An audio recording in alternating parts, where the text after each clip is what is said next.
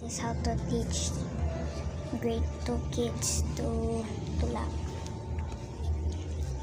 Wikang Filipino, lakas ng pagkakaisa.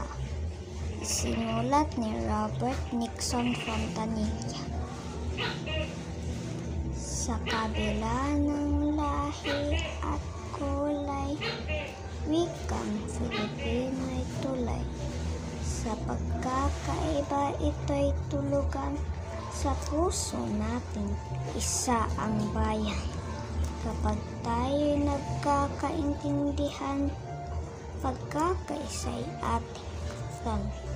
Sa salita'y may pagkabuklod, sa wikang ito di tayo sangat. Wika'y gamit sa pagtutulungan, sa pagkakaibigan at pagkakaunawaan.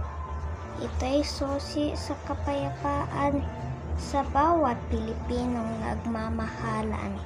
Kaya't sa buwan ng ating wika, ipagbunyi sa ngipit tulak. Sa pagkakaisa ito'y gabay, wikang Filipino'y ating alay. Okay, thanks for watching. Goodbye.